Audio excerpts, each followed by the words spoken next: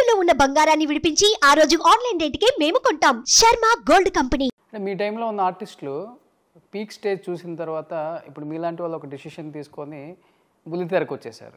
But కొంతమంది ఏంటంటే ఈ బుల్లితెరకు వస్తే మళ్ళీ సినిమా ఆఫర్లు రావేమో, ఆ వచ్చే అరాకొరా క్యారెక్టర్స్ కూడా కట్ చేస్తారు, ఎవరు పిలవరు. ఎందుకంటే ఆల్రెడీ సీరియల్స్ చేసిన ఫేసెస్కి సినిమాకి పెద్దగా ప్రాముఖ్యత చూపించరు డైరెక్టర్స్, ప్రొడ్యూసర్స్ అనేది.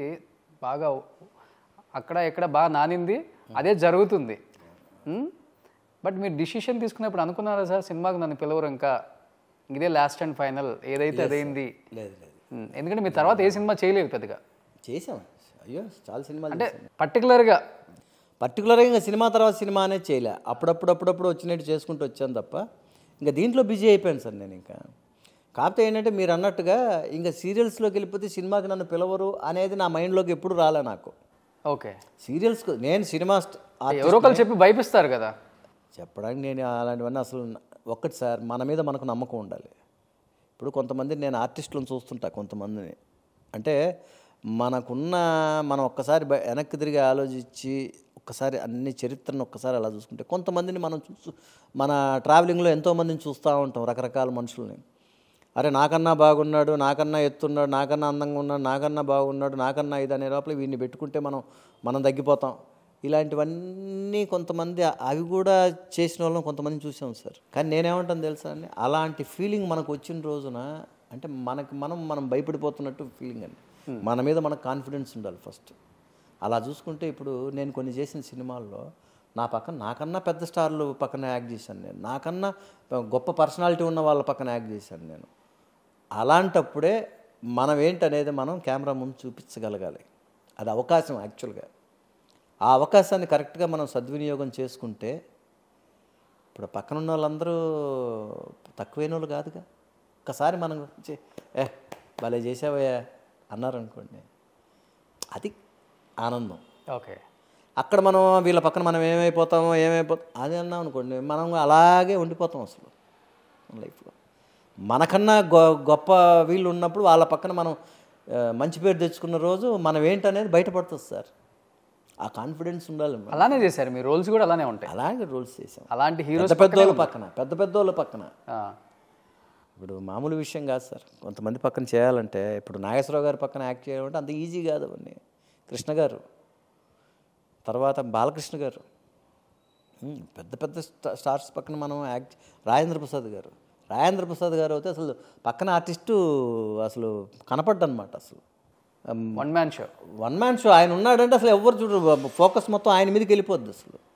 ఇప్పుడు బాలకృష్ణ గారు ఉన్నారంటే ఆయన మీదకి వెళ్ళిపోద్ది ఫోకస్. అక్కడ మనం చేయాలి సార్, అలాంటి చోట్ల మనం చేయాలి. బాలకృష్ణ గారు మనం అంత అనుకుంటా, ఆయన అయితే ఎంత స్పోర్టివ్ మనిషి తెలుసా అండి. లాస్ట్కి మీరు చూడండి, పెద్దన్నయ్య సినిమా చూడండి, ఆయన ఎంత గొప్ప మనిషి అనేది ఆ ఒక్క దీంట్లో అర్థమైపోద్ది. క్లైమాక్స్లో రాజు మాస్టర్ గారు, ఫైట్ మాస్టర్ రాజు గారు తీస్తున్నారు షార్ట్స్. ఈయన బాలకృష్ణ గారు ఫైట్ మాస్టర్తో చెప్పి, ఏమండి మనం ఒక హీరోని పెట్టుకున్నాం ఇందులో, ఆయన హీరో, ఆయనకు కూడా షార్ట్స్ కంపోజ్ చేయండి అని చెప్పి దగ్గరుండి కంపోజ్ చేయించాడు ఆయన. ఓకే, అది ఎంత గొప్ప విషయం అండి. అవునవును. కొన్ని షార్ట్స్ అయితే ఆయనే ఇచ్చాడు, ఆయనే కంపోజ్ చేయించి తీయించాడు షార్ట్స్. ఓకే, మీరు పెద్దన్నయ్య లాస్ట్లో క్లైమాక్స్ ఫైట్లో చూడొచ్చు మీరు. సో అట్లాగా ఆయన ఇది. తర్వాత రాజేంద్ర ప్రసాద్ గారు, ఆయన పక్కన అసలు టెన్షన్ వస్తుంది ఏ ఆర్టిస్ట్కైనా. అమ్మో ఆయన అలా చేస్తున్నాడు, మనం కనపడమే. కానీ ఆయన, రే తమ్ముడు నువ్వు ఈ డైలాగ్ ఇలా చెప్పరా, నేను ఇలా చెప్తాను, కౌంటర్ ఇలా ఉండాలిరా, ఆయన అలా చెప్తాడు ఆయన. సో ఏంటంటే పెద్దవాళ్ళ పక్కన మనం దాన్ని ఇంకా మనం యూజ్ చేసుకొని మనలో ఉన్న ఇది కూడా మనం పెట్టుకొని యాక్ట్ చేస్తే మంచి పేరు వస్తుంది. అసలు ఆ రోజుల్లో అంత పెద్ద స్టార్ ఏఎన్ఆర్ గారే సీరియల్కి వచ్చేసి మట్టి మనుషులు బాగా గుర్తుంది. ఎందుకంటే సార్ వాళ్ళకి డబ్బు కోసం కాదుగా, వాళ్ళకి ఏంటంటే కెమెరా ముందు యాక్ట్ చేయాలని ఒక కోరిక అంతే, ఒక ఇది అంతే. నాగేశ్వరరావు గారు ఎప్పుడు చెప్తూ ఉంటారు. ఇప్పుడు ఇందాక హైట్ గురించి మీరు మాట్లాడారు. నేను నాగేశ్వరరావు గారు, ఒక శివాజీ గణేషన్ గారు, ఒక కమల్ హాసన్ గారు, తర్వాత చంద్రమోహన్ గారు, ఇలా కొంతమంది స్టార్స్ ఉన్నారు సార్, స్టార్ హీరోలు వాళ్ళు. అవును, హైట్ గురించి ఎప్పుడు టాపిక్కే రాలేదే.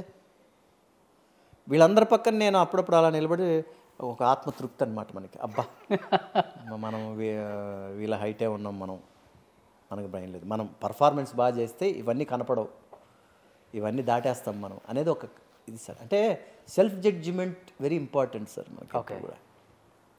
సో వాళ్ళందరిని చూసినప్పుడు మనం ఇంకా కాన్ఫిడెన్స్ పెరుగుతుంది.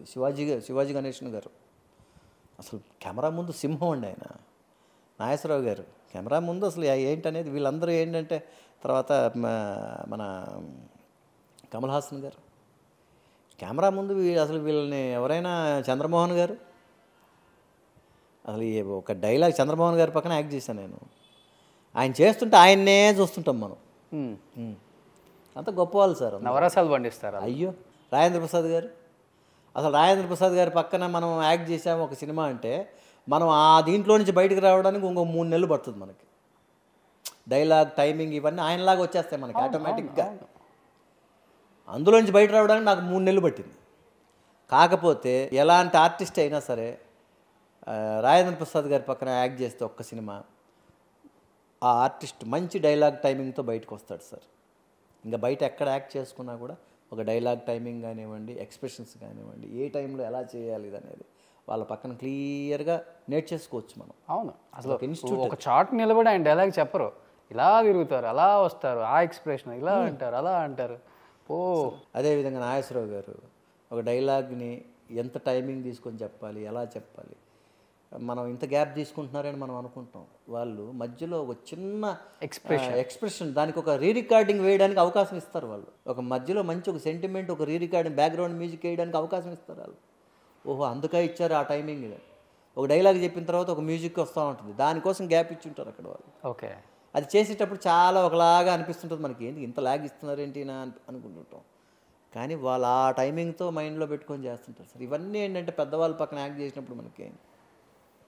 నేనైతే మాత్రం డే బై డే అసలు మీరు నమ్మరు, ఇక్కడ ఒక చిన్న విషయం చెప్పాలి. నేను నా 6వ సినిమా 7వ సినిమా వరకు మా ఫాదర్ అవుతే, ఆయన పెద్ద స్టేజ్ ఆర్టిస్ట్ కదా, ఆయన పెద్ద డ్రామా ఆర్టిస్ట్, పరిషత్తుల్లో అవార్డులు తీసుకున్న ఆర్టిస్ట్. ఆయన బెస్ట్ హీరోగా రామారావు గారి చేతుల మీదుగా పొద్దుటూరు పరిషత్తుల్లో అవార్డు తీసుకున్నాడు ఆయన.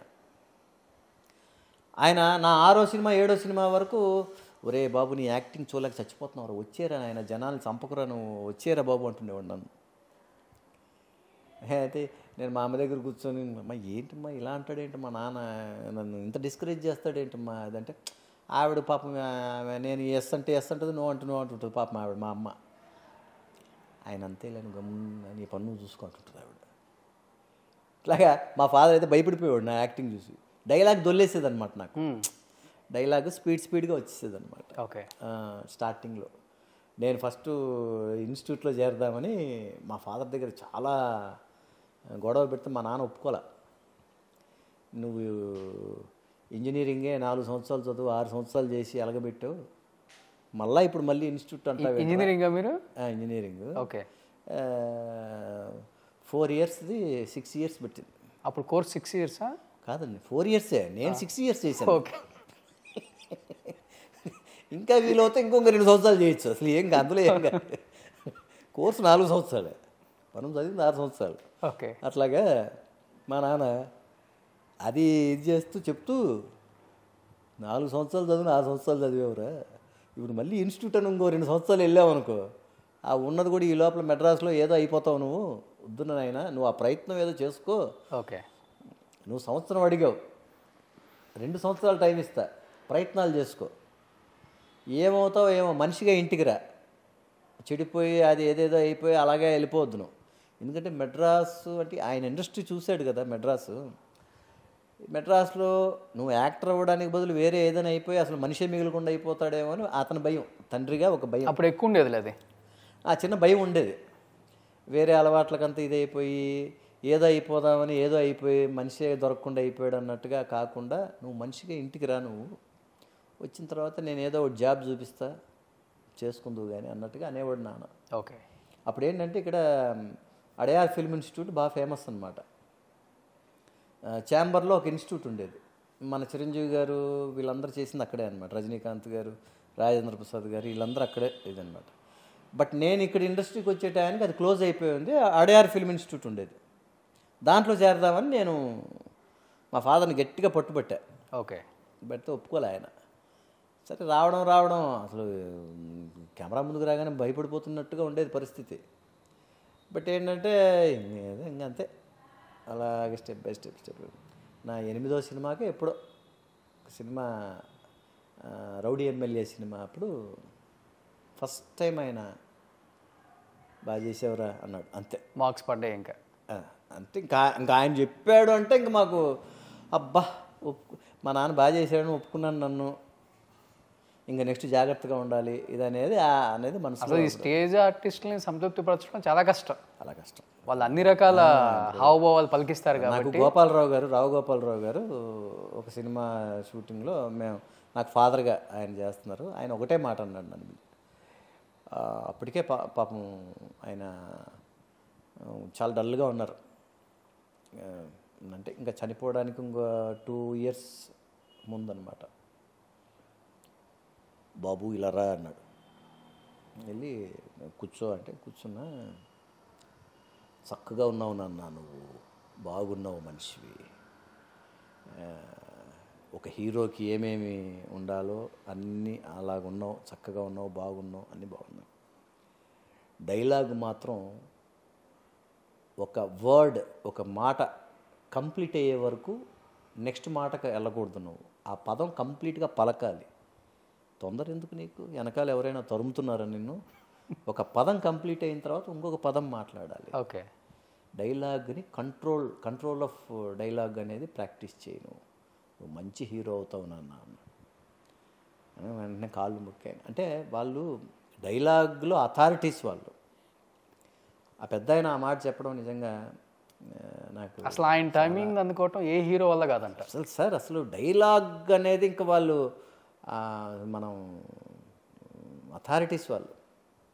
రావు గోపాలరావు గారు కానివ్వండి, ఆ టైంలో నూతన్ ప్రసాద్ గారు కానివ్వండి, ఇంకా కోట శ్రీనివాసరావు గారితో చాలా సినిమాలు చేశాను నేను. అవును, ఆయన అంతే. అసలు they are all star words. అసలు అందుకే వాళ్ళు ఇన్ని 100 సినిమాలు చేయగలిగారు. అసలు 100 సినిమాలు. వాళ్ళ ఉన్న టాలెంట్, టైమింగ్ అదంతే ఎంత దూరం తీసుకొచ్చింది. వీల్ చైర్లో కూర్చొని కూడా వర్క్ చేసిన ఆర్టిస్టులు అంటే నూతన్ ప్రసాద్ గారు అయితే వీల్ చైర్లో కూర్చొని యాక్ట్ చేయడం నేను చూశాను. మేము చేసిన సినిమాలోనే యాక్ట్ చేశారు ఆయన మా ఫాదర్కి మంచి ఫ్రెండ్. ఆయన ఏమయ్యా మీ ఫాదర్ ఆర్టిస్ట్ అవుదామని చాలా ట్రై చేశాడు, కుదరలా, నువ్వు అయిపోయావు, గాడ్ బ్లెస్ యూ నాన్న నూతన్ ప్రసాద్ గారు చేస్తే. సో అవన్నీ ఏంటంటే పెద్దల ఆశీర్వాదాలు అప్పట్లో. అలాగా ఆ తర్వాత అలా చేసుకుంటూ వచ్చి. సుమన్ టీవీలో మీ పర్సనల్ అండ్ బిజినెస్ ప్రమోషన్స్ కోసం కింది నెంబర్కి కాంటాక్ట్ చేయండి.